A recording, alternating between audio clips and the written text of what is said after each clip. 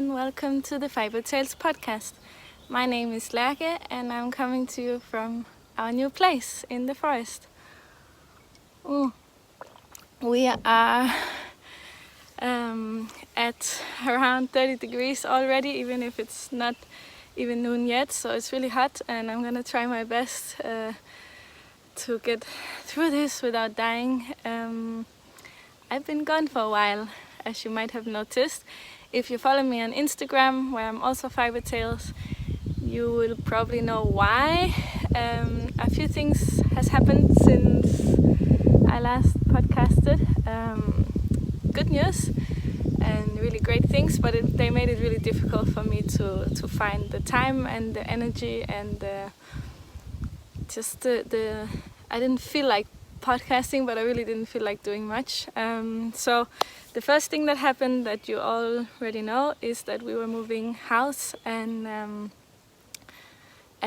yeah, we moved to a house in the countryside near to a forest, so you can see some forest behind me, and there's also forest on the other side, and it's really wonderful.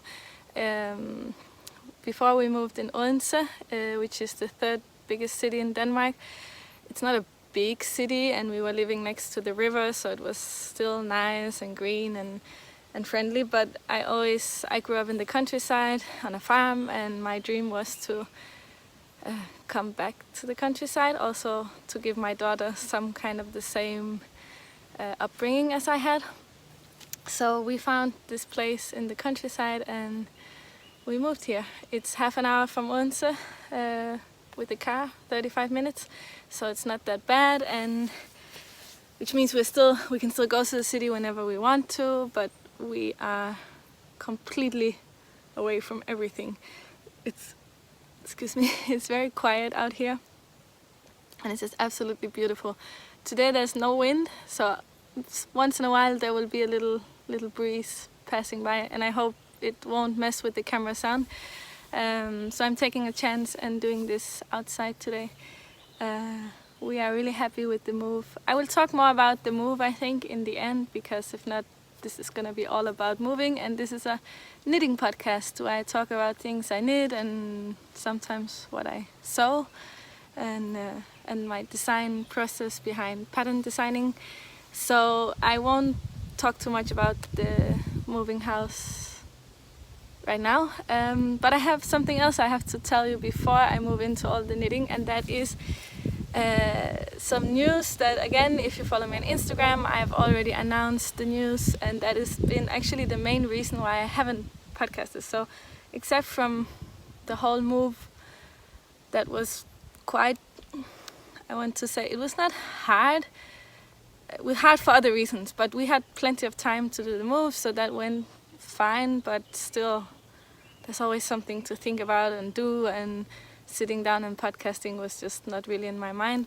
But apart from that, there's some other news, which some of you actually guessed last time I had some news, and yeah, I announced on Instagram some time ago, and that is that I'm pregnant with our second baby.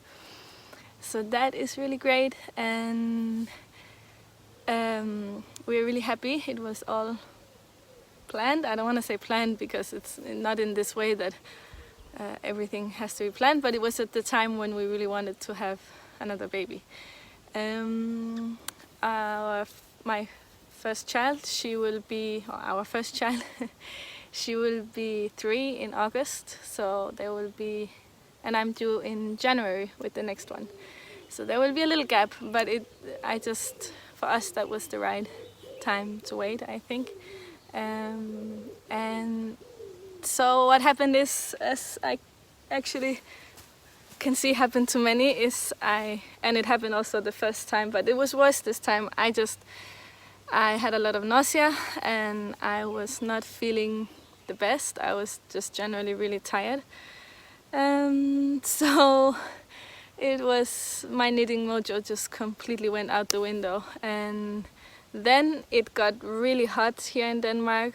We have had the most warm and dry summer that I think I have ever experienced in Denmark, and So it's been like, normally in the summer I lose my knitting mojo a bit, but on top of feeling sick all the time, I was never physically sick, but I just felt constantly like having hangover.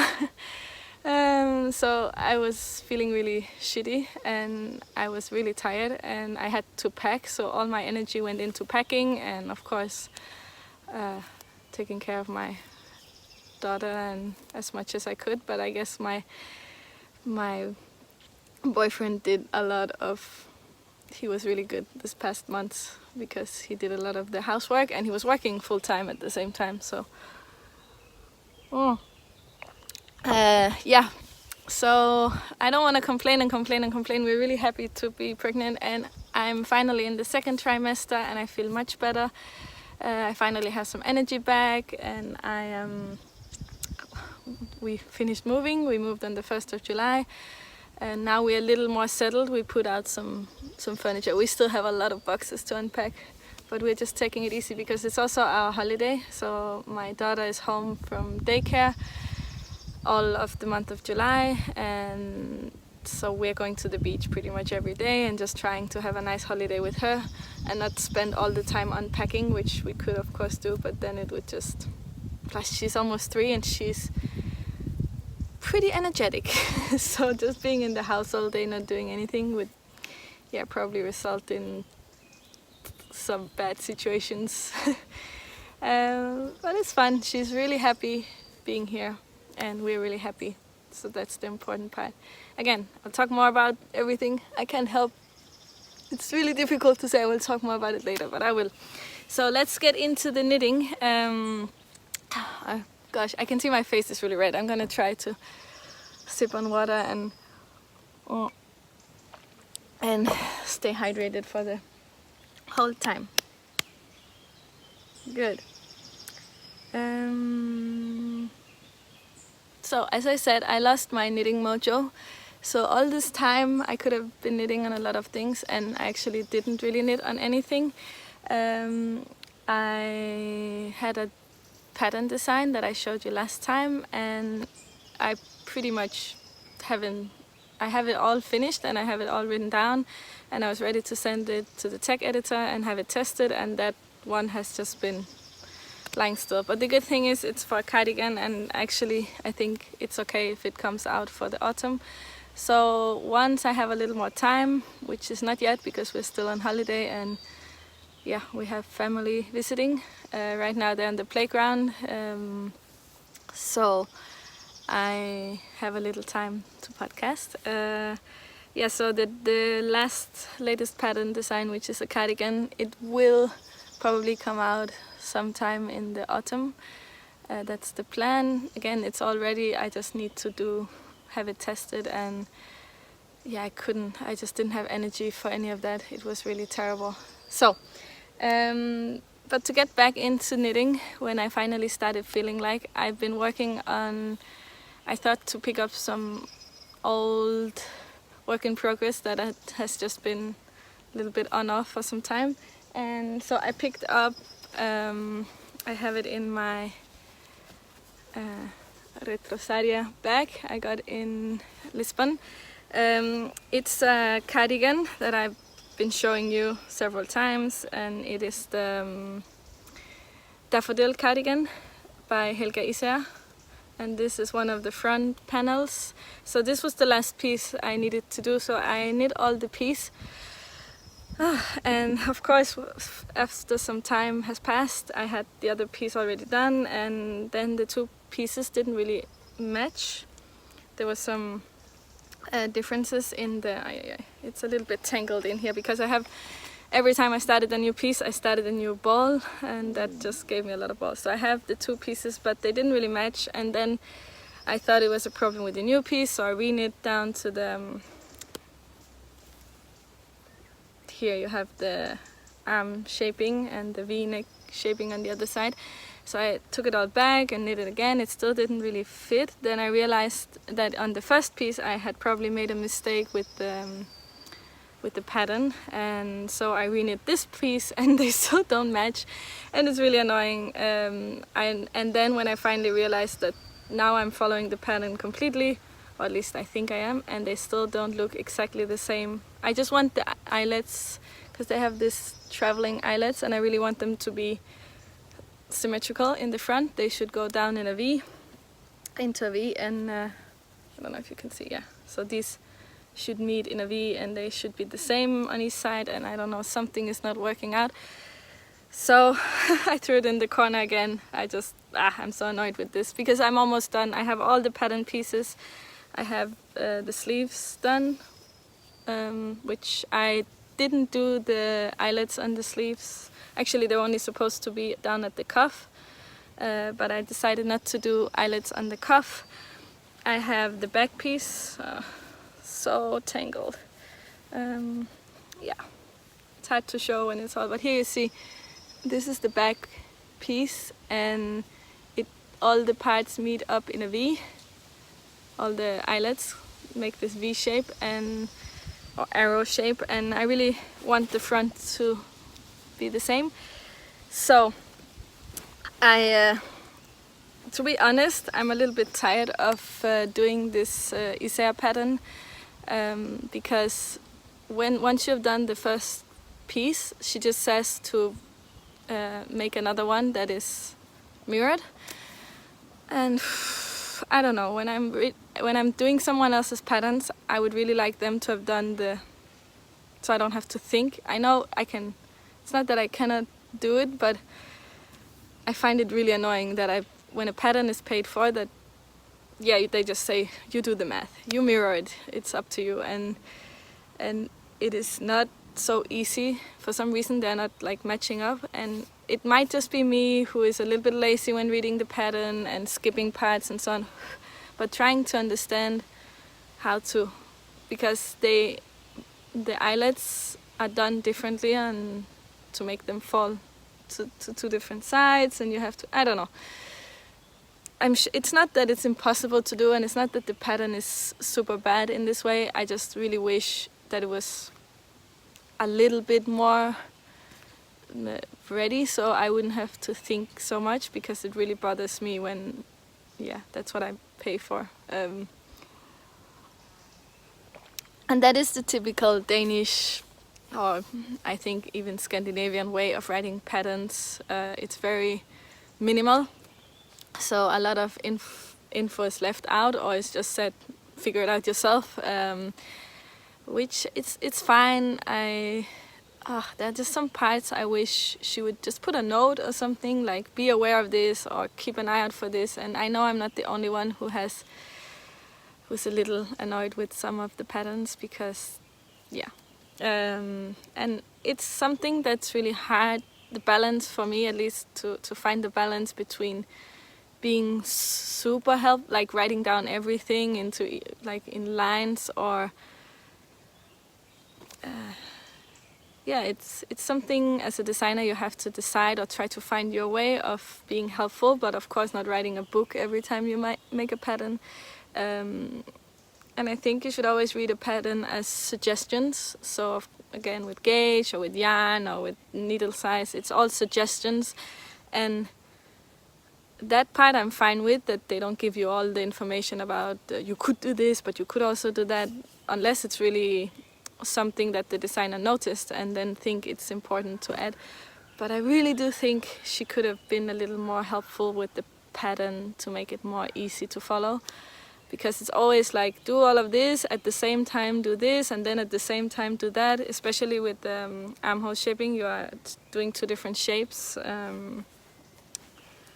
me show you. Yeah, so you are increasing for the armhole, but at the same time you are doing the V-neck shaping, and you just get it as do all of this, and at the same time this, at the same time that, and the eyelets then is, you have to figure it out yourself as you go, at least on the mirrored side. Enough ranting about this. I have to get back into the podcasting, but it's been I've been annoyed with this. I will pick it up again because I really want to finish it, and if in the end I realize it's not working trying to follow the instructions, I will just figure out something and then see what I can do. One last thing that I wanted to say about the cardigan that I'm knitting is that I'm using this yarn from Garnudsalg, which is a Danish website that has pretty cheap yarn. This one is a recycled yarn that they had up. I don't know if they have it anymore. It's called Eleve, and it is in the aubergine color. Yeah, you can probably see it's a pretty dark, plummy color. It's very nice, and it's quite soft and a nice yarn to work with. It does attract some fluff, and it does have some white fluff in it, but it's made from leftover yarn, so I guess that's part of the charm. And all the info I will put below. I will put below a link to my Ravelry page in the box down below, where you can have all the info about the pattern and the yarn that I used, and my progress if I remember to update it. So almost finished with this one. Then my next work in progress is actually a little something that I made to announce. I didn't make it to announce that I'm pregnant, but I used it to announce that I'm pregnant on Instagram, which is this tiny little booty. It is so cute. It has some brioche. I think they call it fake brioche or half something in the pattern, and some garter stitch in front, and you just knit it from the bottom here, like you do I did a cast on. I don't remember what it's called, but the same you do if you do toe-up socks, or you can use if you do toe-up socks. So I did the cast on and then the boot. I don't have that much yarn left, so I actually don't know if I have enough for a second one, but I just thought to try. I had a little leftover bit of yarn. This is the same yarn that I used to make the Birkin sweater that I've been showing quite a lot in my other episodes, and it's yarn from Ursa Yarn Co. So that's all I had left, and I just thought to use it for something. In case I don't have enough, I might unravel the top or do something and then change the color or simply start over. I have quite a few skeins. I do have some beautiful pink yarn. This one I would feel more confident using. I have some more light green, and I think this is my favorite perhaps. I have this color, which I would really love to use. It is just so beautiful and deep. It looks a lot more pink on the screen. It's a little more muted. Yeah, maybe. It has a lot of beautiful colors. The thing is, with these three, I didn't feel like using the light green. And then I had these two. I would prefer to use this one, but I still don't know the sex of the baby. We have the scan. The next scan is in the end of August, when they will tell us if we want to know the sex. And I think we want to know for two reasons. I got to know with my first child, and she's and I thought it was a lot of fun to prepare. I don't need to make a lot of pink stuff and so on, but I just I thought it was nice to prepare knowing what it was. And the other reason is I like, in the way to prepare my daughter for the baby coming, I think it would be easier and a little bit more relatable for her. Sorry, let me take some water. If she knows what it is. So that was, yeah, I think we would like to know, and also to prepare better, and then I know a little bit more what I can make. Again, this is perfect for me for both a boy or a girl. I don't mind at all. It actually has some pink specks, but I think that would be super cute for both genders. But there are some things like putting lace or more like ruffles. I wouldn't do that for a boy. I'm totally fine with gender neutral clothes, but there are some things, and I just think it's for fun. It's not like, oh, she has to grow up in a certain way. And my daughter is starting to only want to wear dresses, and that's definitely not something we put on her. And also she's getting more and more happy wearing pink. And actually I'm not the biggest fan of the color pink, at least not the color that you put on little girls, like that all shops have everything pink and super girly. That's not my preference. So okay. So I was making these little booties. This pattern is the how is it called, baby blue booty something. I will put the name. And actually the reason why I decided to make these, because I had never noticed them before, is Little Bobbin Knits on Instagram. She also has a podcast. It's a big podcast. I guess you know about it. She's expecting, and she made these little cute booties for her future child. It seems like a lot of YouTubers are expecting at the moment. There are so many. Miss Lavelli is expecting, and Humor, Loop and Bar just had a beautiful little daughter. It was it's so nice to see the pictures. So there are a lot of babies happening in the YouTube community, or podcasting community, I should say. And it's just fun.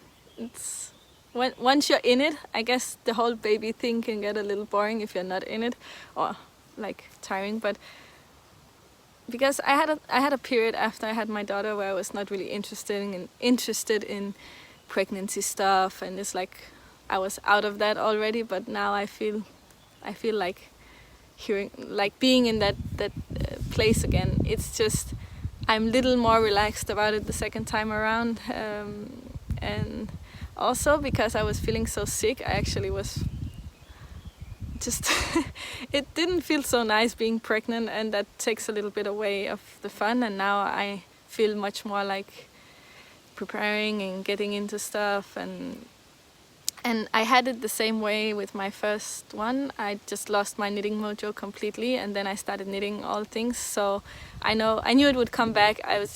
So I took it easy, but I also know that the time you have to prepare is not super long, especially now that I'm designing and I really want to make stuff for dolls and so on. So yeah, but I will actually find all the stuff I have packed down and show you in one of the episodes, I think, because I made a lot of stuff for my first for my girl.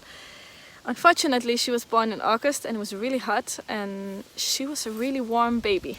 She didn't like having warm clothes, and I could take her, for example, in a sling, or in a like a wrap, but she would be there 2 hours, and then it would be too much. We would just melt each other. So I didn't get to use the knitwear as much as I wanted. Plus, she was spitting a lot, and I actually don't know what to do about the spit up, because it created a lot of yellow stains on everything I knit for her, and it seems like they're not coming off. I don't use super harsh detergent, so maybe I could try something, but on knitwear I wouldn't. I would prefer to have something more gentle. So I don't know, I have to look at it and see how much of it is still looking okay to use. And the other thing is, they will be half a year born on different times of the year. So she was born in summer, this baby will be born in winter, so probably a lot of the stuff I knit for her will not be so relevant for a newborn in January. But I look forward to having a newborn in January, because that means I can put a lot of knitwear on the baby, hopefully, if it will allow me, if it will not scream its head off every time I put something on it. So yeah, a lot of things to look forward to. I haven't really planned any baby knitwear. Again, I will look through what I have, and then I will try to remember what I actually liked using.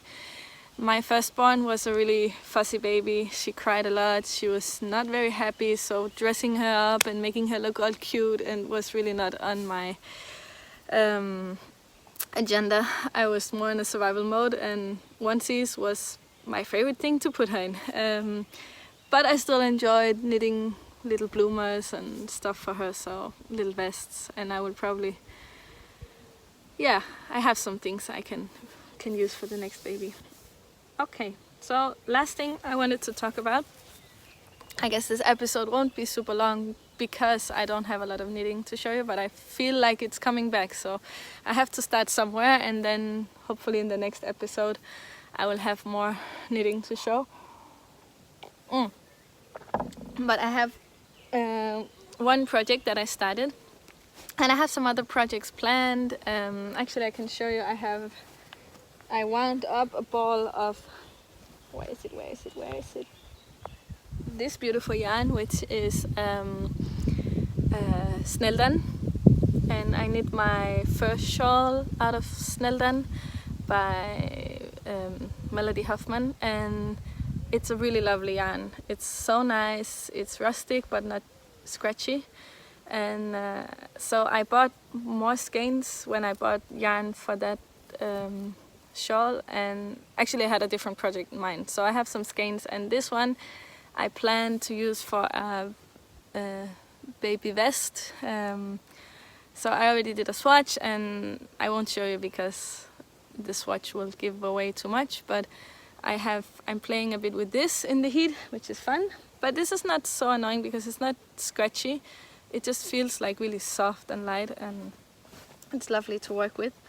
So I did a swatch in that, and then I did another little swatch in some yarn that I got at Edinburgh Yarn Festival, which is the Samite, I think it's called, yarn by Blacker Yarns. And here's my tiny little shawl swatch. It's so cute. They are really adorable little swatches, and I just played with some different stitches. As you can see, they're not that visible on top, and then I finally found the kind of stitch I want. I'm making a version of the popcorn stitch, and I also had to figure out how many increases I wanted to do and so on. So this is my little swatch, which is not saying too much because again I did different things, and that's how I swatch. I don't really do a swatch that's the finished project. My swatch is more like a test out different things, and I tested out 2 needle sizes and just to see if it made a big difference for me. I had this, I can show you, like, it's not saying too much because I didn't add in all the details, but the idea for the shawl is somewhat this. But again, I didn't add in all the details, so it's okay, I can show. So it's a simple triangular shaped shawl, and it has these little bubbles. Yeah, let me just show you how far I've gotten on the sample that I'm doing. So here you can see the little bubbles and the shape. I changed the shape a little bit, but it's always hard to show a shawl when it's on the needles. This shawl is an idea I had for quite some time, and as it happens, and I know it happens to other people designing, once you have an idea, and I mean, not that you're slow or anything, but you might have an idea and then you realize somebody else published a design similar to yours. And it happened, at least when you look at this piece I made so far, it looks so similar to the, it's called something with Together, or I can't remember. It's by Camabonia. Pia from Camabonia, she came out with a shawl design that has this little popcorn or bubbles all over. And when I saw it, I was like, no, that's my idea. And of course, it's not my idea. I mean, in the way, none of us knew about each other, but I feel a little weird now after she has published hers. And then I have my idea. But again, this will only be part of the shawl that has this feature, and then there will be something different on the bottom. So I guess I shouldn't feel bad, but it's always hard with the knitting design, and are you copying someone or are you doing your own thing? And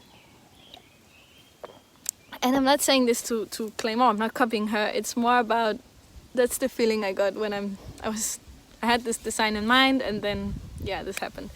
I really want to have this done for autumn because I think the color is just perfect. Let me show you. This yarn is a beautiful yarn. It's a blend. Let me see if I have the ball. I don't have the ball band here. It's a blend it's a silk blend, so I think it's wool and silk, and it is a little rough. Like, I don't know if I should say rough, but it has some, you can feel the silk in some way. So when my hands are sweating, it's a little bit weird working with this, but I think the color is just such a perfect autumn color. It's this warm cinnamon brown, yeah, one of my favorite colors. And I just want to have this big shawl with tassels in this this color. So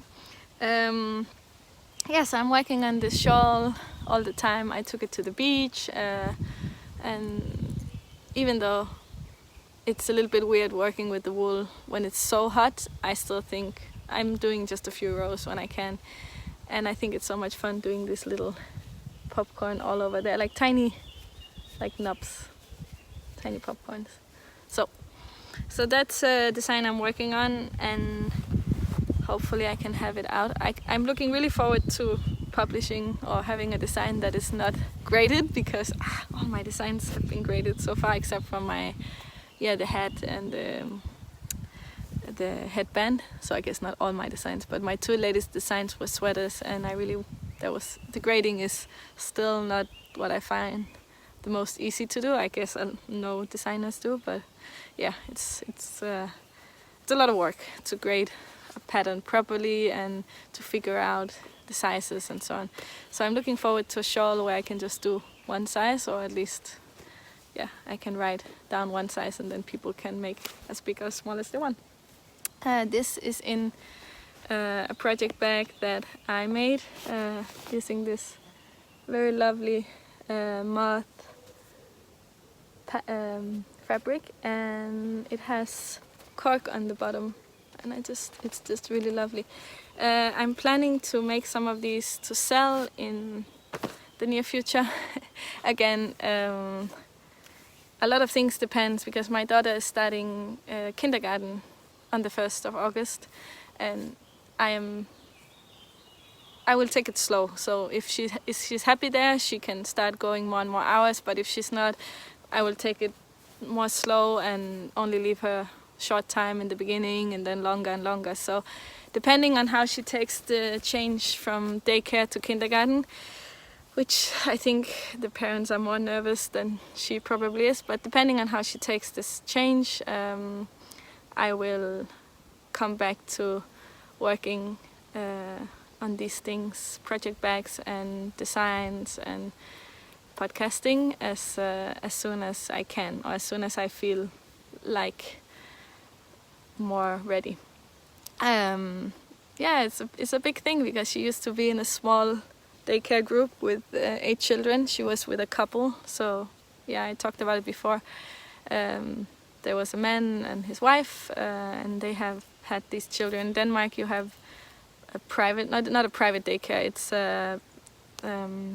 It's just in a private home. So she was with this small group of children, and at 3 years old they have to change into something else. Around 3 years, depends from place to place in Denmark. So, and since we moved, now she's starting in the kindergarten. So that will be a big change, because she will be in a different setting, different environment. It will be a lot more children and less adults, and yeah, I will see how she copes with that. She can be a bit shy, so that's my worry, or shy, but yeah. So I think I have talked about all the knitting I have planned and all the knitting I hope to do, and I can talk a little bit more about the move. It's always a bit hard for me to decide how much I want to share online and so on, but I'm so excited about this move. We have a much bigger house now. It's really lovely. I show bits of the house and the garden and so on Instagram. Mainly show the sunset these days, because it's just so beautiful. We have the sun goes all around the house, so this is the garden, and then the sun will travel all around the house and end on the other side. So the house is next to me here, and the sun goes all around. And I just think it's absolutely lovely in the evening. You have the sun setting over the cornfields, and they will be harvested sooner. They are in the middle of harvesting. This year everything is being harvested really early because, as I said, it's been super hot. It hasn't rained for months. It's the most weird summer I can remember, when the grass here is pretty much dead everywhere. You can see patches of dead grass. There's still some green because we live in we have the forest. It keeps the place a little more cool. So we are not, it doesn't look so bad here, but once you go anywhere in the city, parks and everywhere, it's just dead. Everything looks like we're in a different country. And the garden is pretty simple. It's mainly grass and some trees. We have some apple trees, some really old apple trees. And my plan is to plant a lot of flowers. We planted a few, but not that many, because again, we're in the middle of summer, so I think most of the planting should be done in the spring, and also sow, if we want to sow from seeds.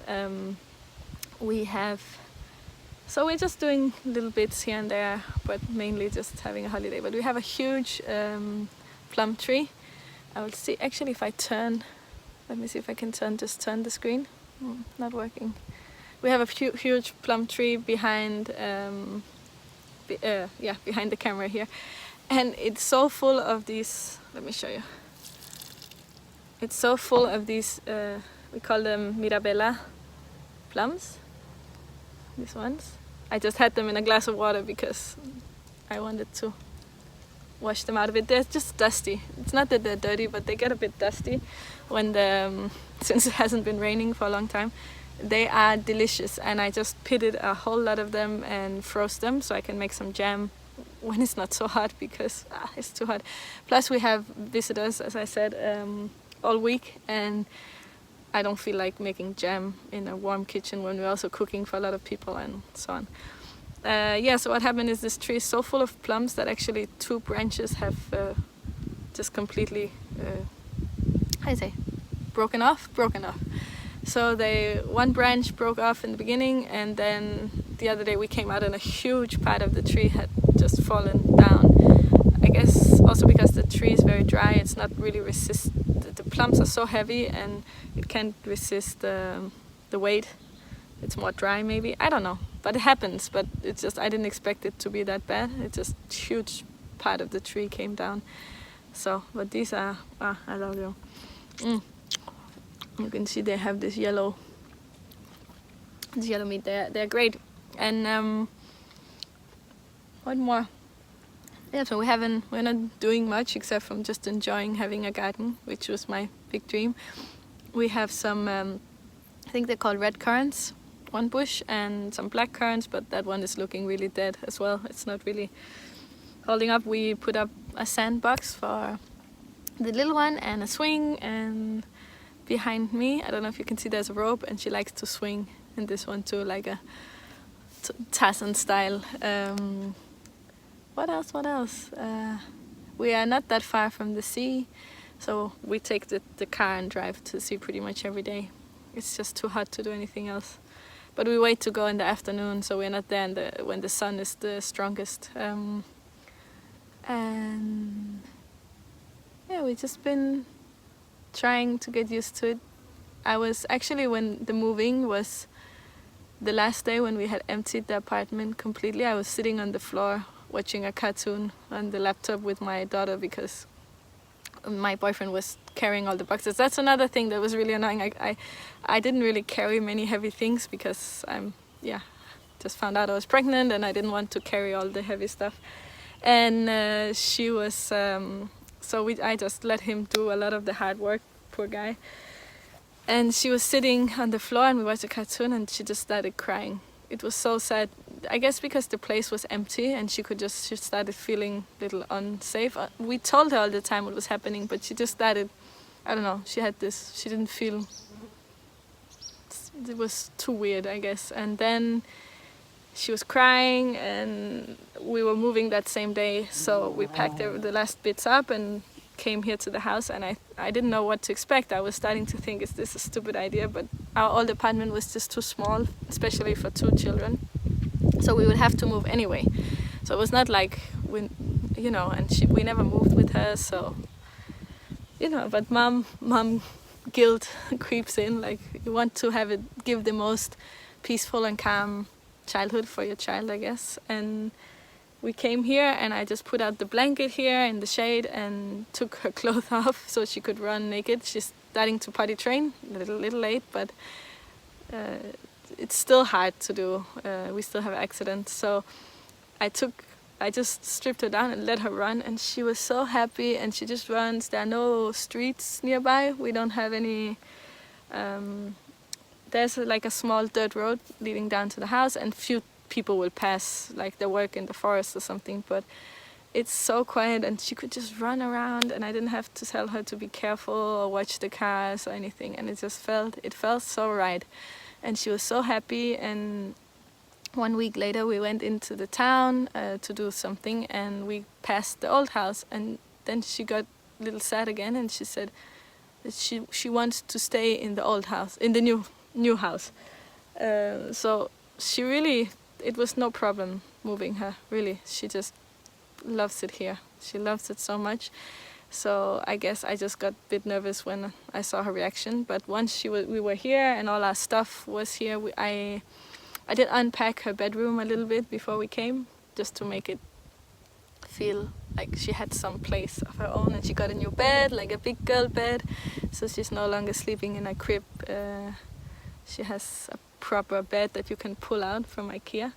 So it was just lovely. It's been so nice seeing her, and she's so happy going to the beach and swimming, and it just feels so right. So I can totally recommend, if you're thinking about moving to the countryside. Of course, I grew up in the countryside, so I know what is the pros and cons of living more isolated and more far away from everything. But I think the way we live, we are pretty close to a small town with a supermarket and a school, like a kindergarten and doctor and a train station and everything we need.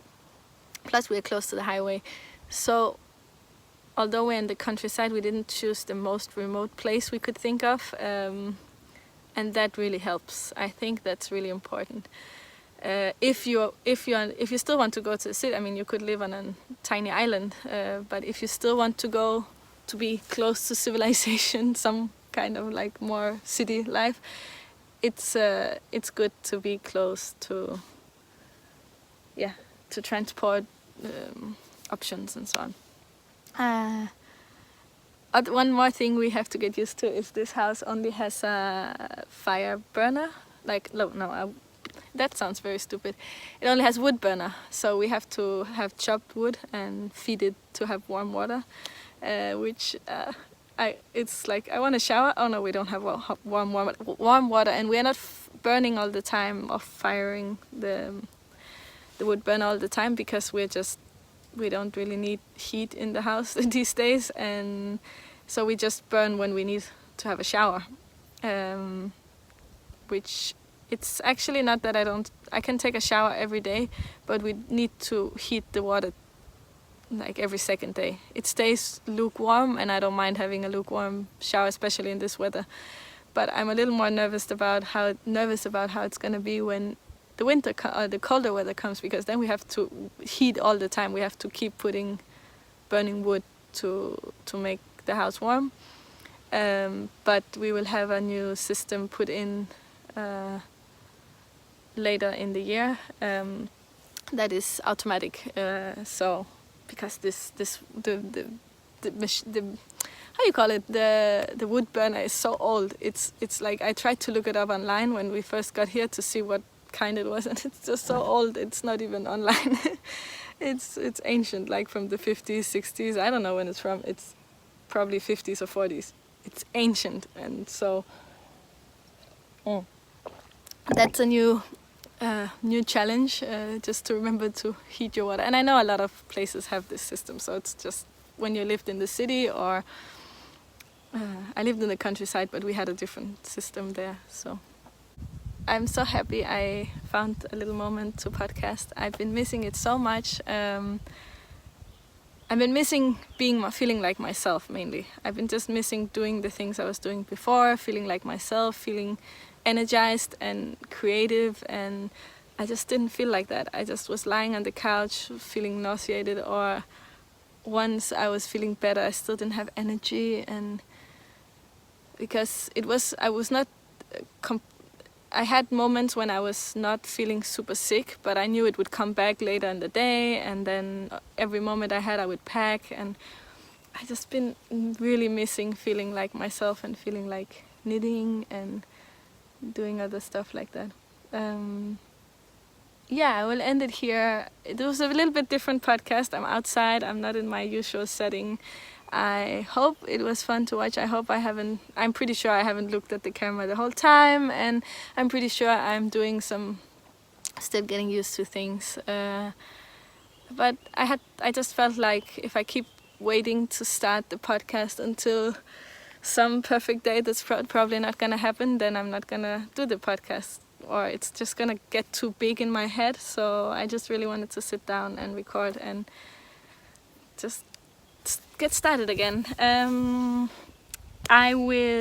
You can find me on Instagram, I already said, as Fiber Tales. I have a Ravelry group, which is also a little bit not active at the moment because I'm not doing anything to keep it alive, and it's summer. I guess in summer everybody just stops knitting or feel less like being online and knitting and in the spirit of groups and podcasting. But I will try to think of ways I can start it up again. Oh, and I have to say, I reached 4,000 subscribers while I've been not podcasting, which is just amazing. And I'm so happy that even though I've been gone and didn't explain too well what was happening, because you're not supposed to say that you're pregnant until after the first trimester, I'm so happy that it seems like you didn't leave me, and there's still people joining this little community. And I will see you on Ravelry or on Instagram or comments on YouTube. I will try to answer as much as I can, but again, I am home and on holiday and things are a little more slow at the moment, but I really feel like getting back into things. And I will have included some little clips of the surroundings. I don't know if in the beginning or some maybe in the end. And I will see you guys very soon. It was lovely sitting down and talking to you all again. Bye.